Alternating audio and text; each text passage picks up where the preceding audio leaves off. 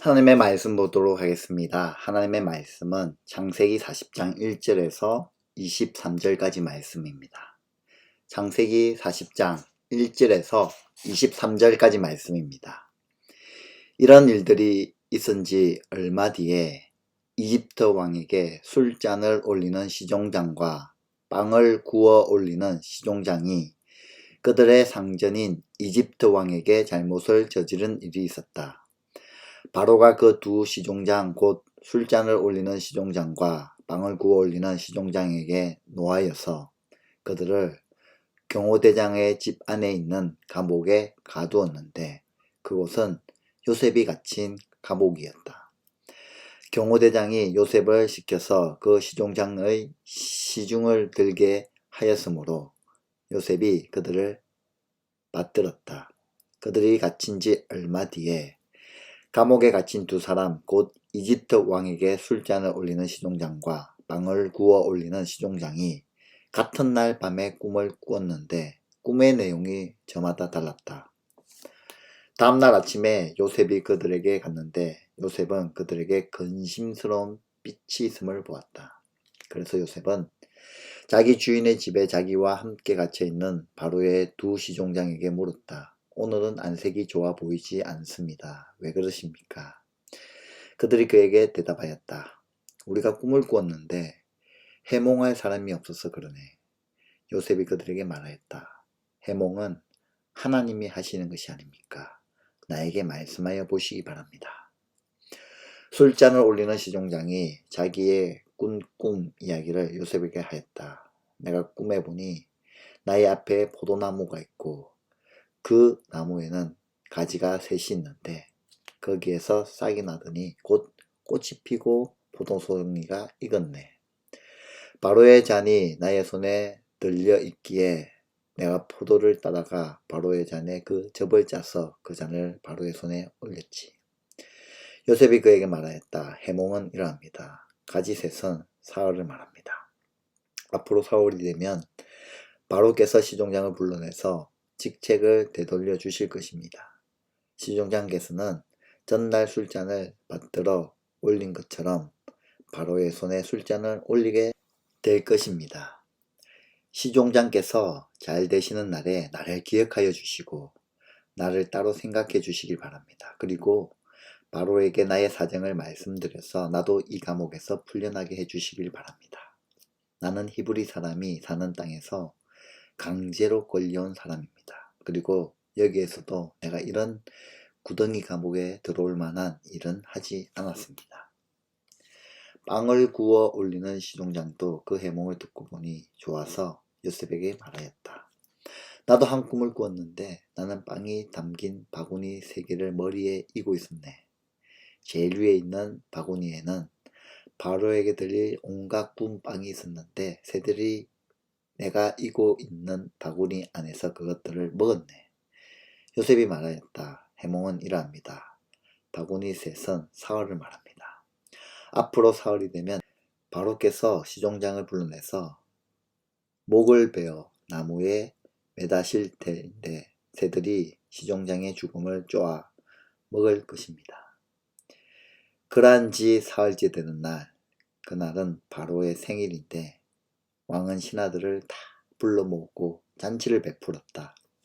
술잔을 올리는 시종장과 빵을 구워 올리는 시종장이 신하들이 모인 자리에 불러나갔다.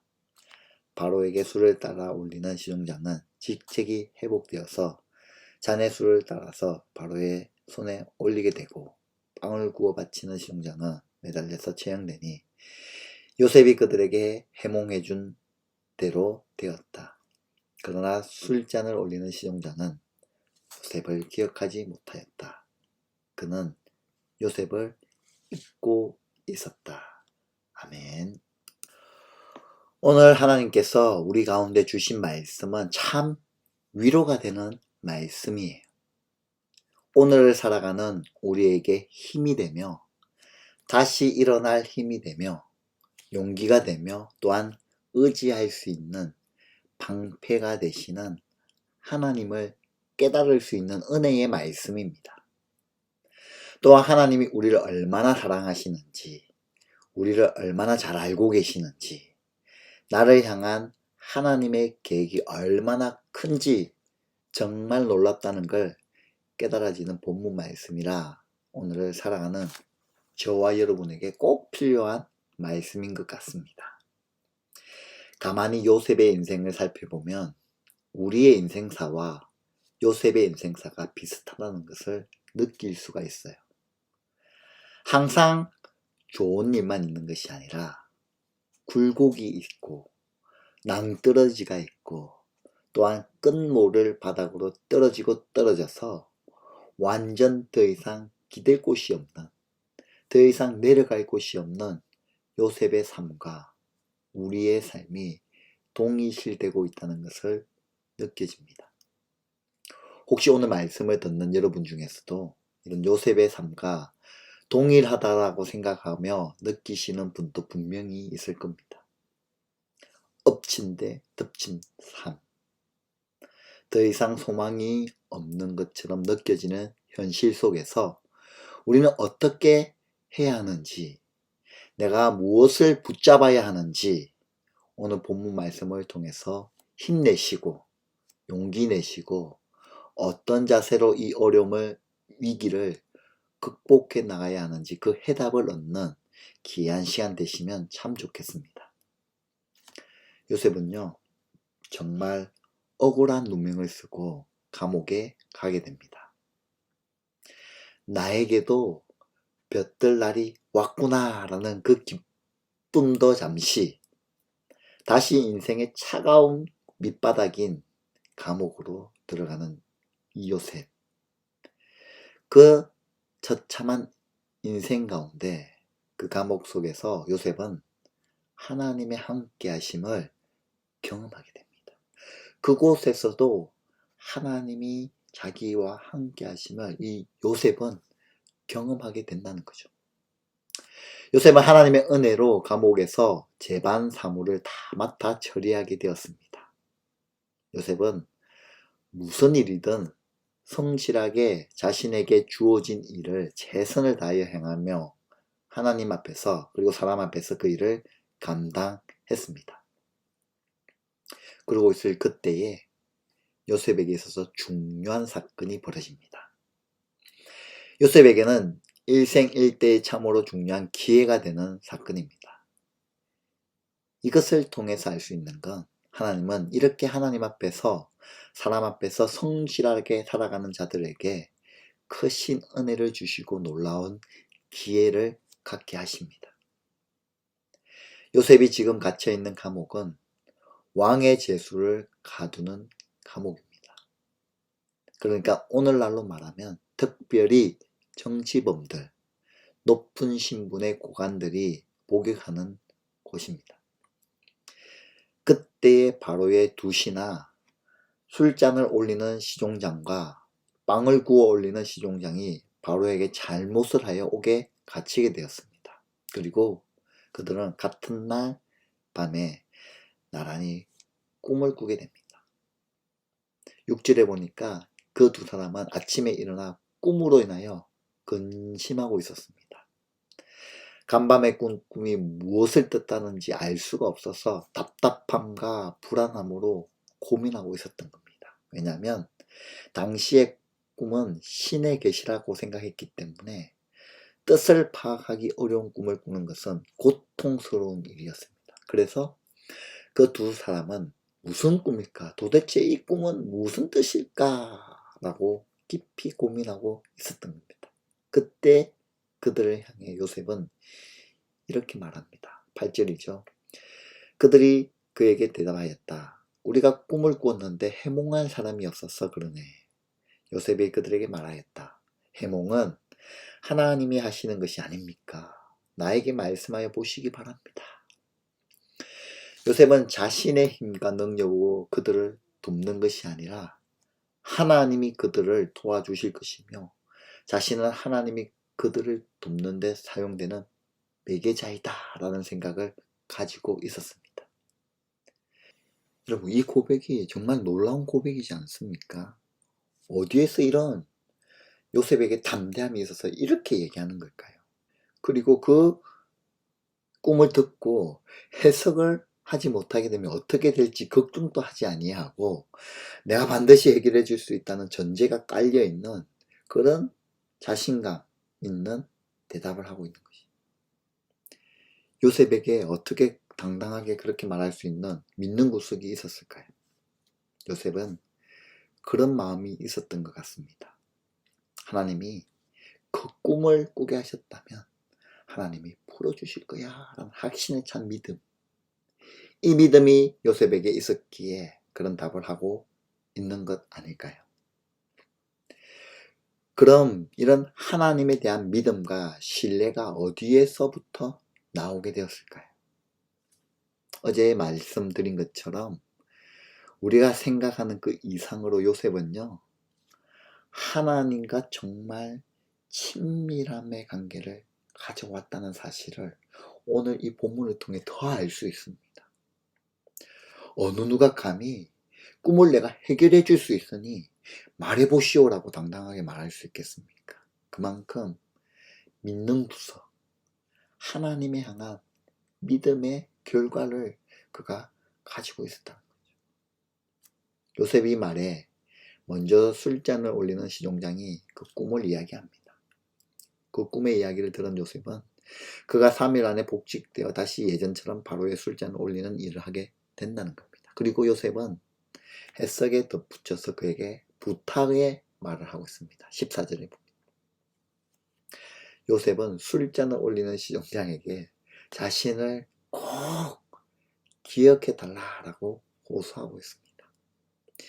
이렇게 술잔을 올리는 시종장의 꿈에 대한 해석을 듣고는 옆에 보고 있던 떡을 올리는 시종장도 자신의 꿈을 요셉에게 말합니다. 그런데 그의 꿈은 모르는 사람이 들어도 뭔가 불길한 꿈이에요. 이 꿈에 대해서 요셉은 떡을 올리는 시종장이 3일 안에 죽을 것이고 새들이 그 시체를 쫙 먹을 것이다 라고 해석해 줍니다. 요셉은 너무 정직해서 탈입니다. 형들에게도 꿈이 있는 그대로 다 얘기해서 그렇게 미움을 받고선 또 이렇게 떡을 올리는 시종장의 꿈의 해석을 정직하게 다 말해줍니다. 이제 요셉의 해석대로 3일이 지났습니다. 마침 그날은 바로의 생일이었습니다. 바로의 생일날 요셉이 꿈을 해석한 대로 술을 올리는 시종장은 복직되었고 떡을 올리는 시종장은 목숨을 잃게 되었습니다. 요셉이 해석한 그대로 이루어진 겁니다. 이 사건으로 인해 요셉은 일말의 기대와 소망이 생긴 겁니다. 이제 됐다. 이제 됐어. 술을 올리는 시종장이 뭔가 자신을 위해 해줄 것을 기대했던 겁니다. 그렇지만 23절 말씀을 보시기 바랍니다. 23절에 보니 그러나 술잔을 올리는 시종장은 요셉을 기억하지 못하였다. 그는 요셉을 잊고 있었다. 라고 말합니다. 요셉의 기대와는 달리 술을 올리는 시종장은 요셉을 잊어버렸습니다. 본문의 이야기는 참으로 실망스러운 결론으로 끝이 납니다.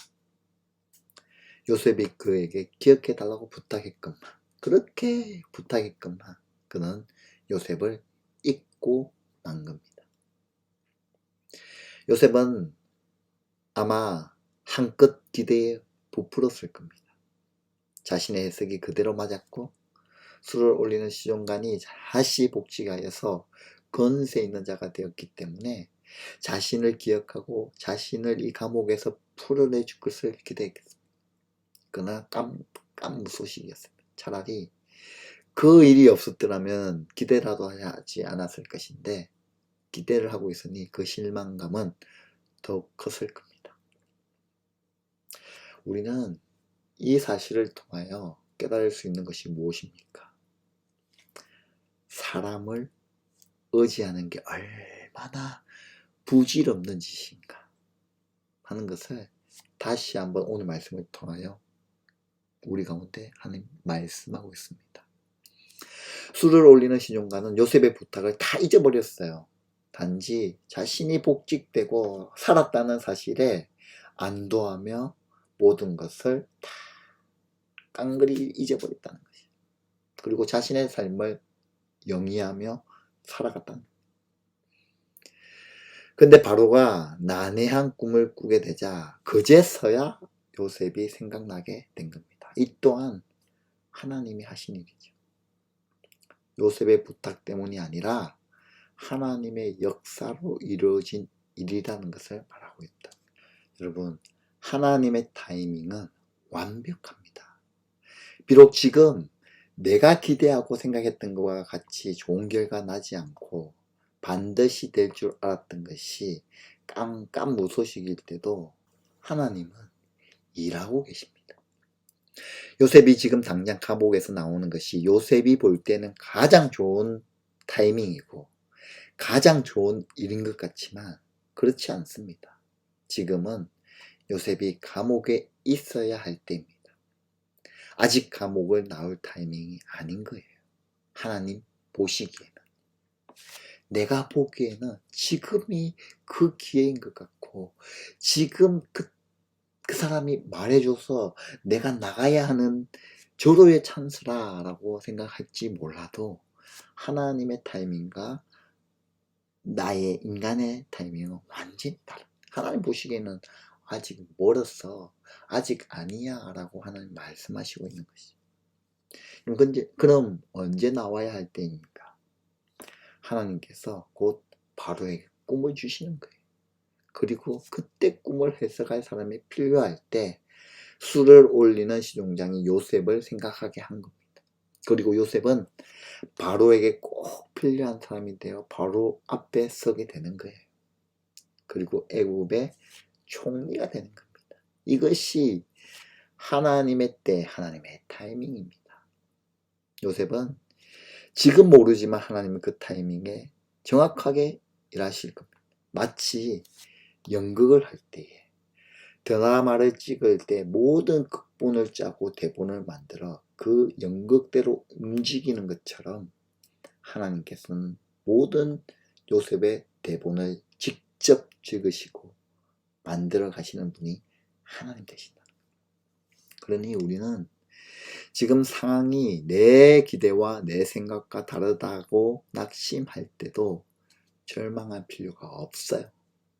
그저 지금 하나님께서 주신 내 자리에서 하나님의 타이밍을 기대하며 하나님을 바라보고 열심히 살아가면 되는 겁니다. 그러면 하나님께서 완벽한 타이밍에 우리를 써주시는 겁니다. 그러니 어떠한 상황 속에서도 그 하나님을 신뢰하고 의지하며 힘을 내시기를 바랍니다. 요셉이 정말 그런 삶을 살았습니다. 하나님을 끝까지 믿고 신뢰하는 삶. 이 일이 있고도 끝까지 사람을 의지하지 아니하고 그 환경에서 감옥에서 최선을 다하여 2년의 시간을 보내며 하나님과 친밀함의 시간을 계속 보냈습니다. 하나님과 동행 훈련을 계속해서 그 감옥에서 행했습니다. 훈련되었습니다. 그때 하나님이 일하시기 시작한다는 거죠. 우리에게도 이런 은혜가 있기를 소망합니다.